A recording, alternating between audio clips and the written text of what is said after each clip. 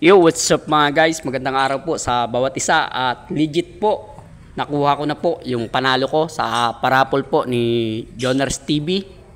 At yung mga gusto mong sumali doon sa kanya mga parapol pa kung may parapol po siya ulit.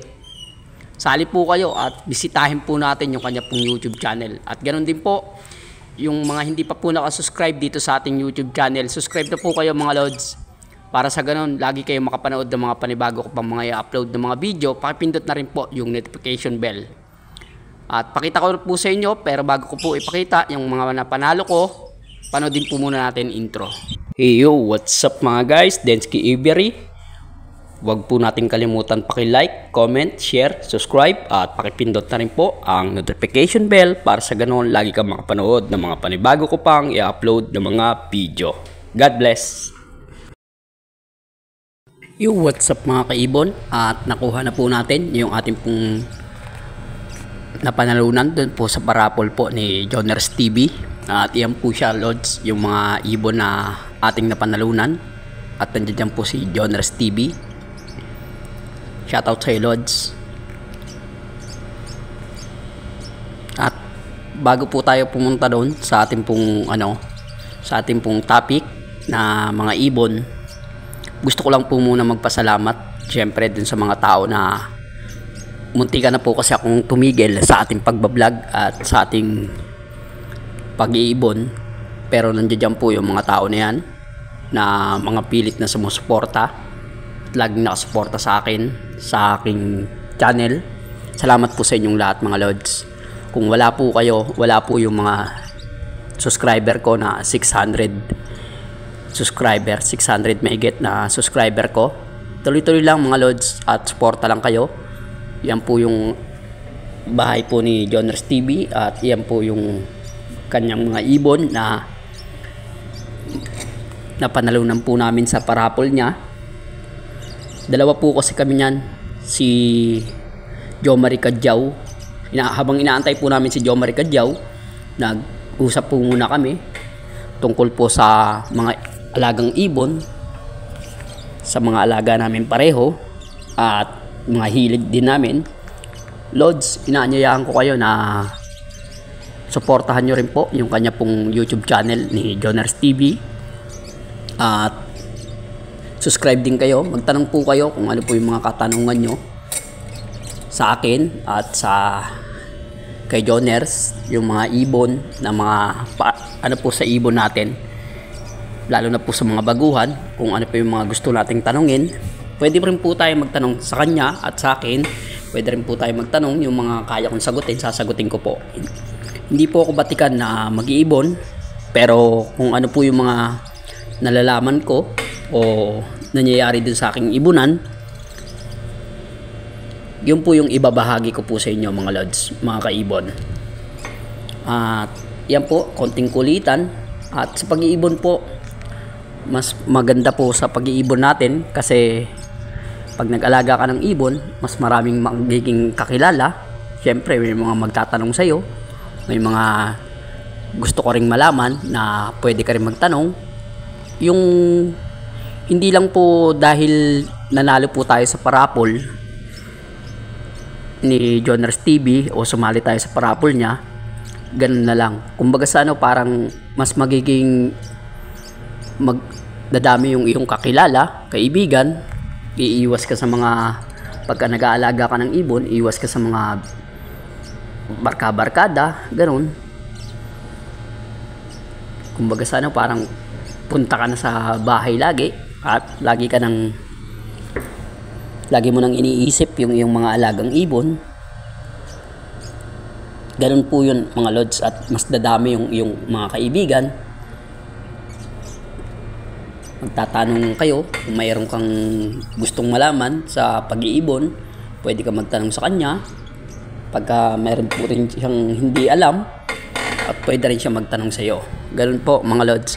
At singit ko lang po yung tanong po ni Lokatiter. Ni Lokatiter lods, kaya po puro mga hampid yung pinapakita ko ng mga nakaraang video ko kasi hindi po ako masyadong nakakauwi doon po sa aming lugar sa Bukawi kasi nandoon po yung aking mga alagang ibon. Umuwi po ako, nagbakasyon po kasi ako ng Antipolo kaya hindi ko po naipakita sa video yung ating pong mga alagang ibon na mga breeder natin. Hindi ko pa po na-release o hindi ko po gagawing i-release kaagad yung aking mga ibon kasi habit ko na rin po yun. At lalo na ngayon nanalo pa ako ng mga ibon galing kay Joners TV at itutuloy-tuloy ko po yan. At ito po si Jomari Kadyaw. At yan na po, panoodin po natin. Kami po yung nanalo ng ibon ni Joners TV. Yan po, hindi po kami talaga magkakilala. Pero nakasubscribe lang po ako sa YouTube niya. Mga nakasubscribe lang po sa doon lang po nagkakilala. At ito po yung napanalunan namin. Pakita namin sa inyo. Yan. Maghahati-hati na lang kaming dalawa. Sige po. Legit. Baka sabihin nyo kasi hindi legit mga lods. Legit po yan. Kaya sali na rin kayo. Sumali na rin kayo para manalo kayo mga lods. Para maswertehan nyo. At subscribe na rin kayo kay Joners TV. At saka syempre sa YouTube channel ko rin. Subscribe po kayo mga lods. At comment lang kayo kung ano yung mga katanungan nyo. Ito po si Joners TV. Lods Joners. Ay, sinampay. At yan na nga ho, mga lods. Yan na po yung napakaganda na ibon na nanggaling po kay Joners TV. 6 na piraso po yan. Yan po, tingnan natin yung mga kulay. Napakaganda. At yung dalawa pong kulay dilaw, mga red eye po yan. Yan dalawa na dilaw. Red eye po sila. At sigurado po ako na padadamihin ko po yung mga yan. Then yun lang, sunod-sunod lang po sa suporta. Sama lang po kayo sa mga pagbablog ko. At pakikita ko po sa inyo, i-update ko po kayo doon po sa ating mga alagang ibon na yan. At yung hampid po natin, bali dati po ilang piraso po yun? 4. Yung dalawa po namatay po. Hindi ko po alam, biglaan pong namatay yung 2 piraso.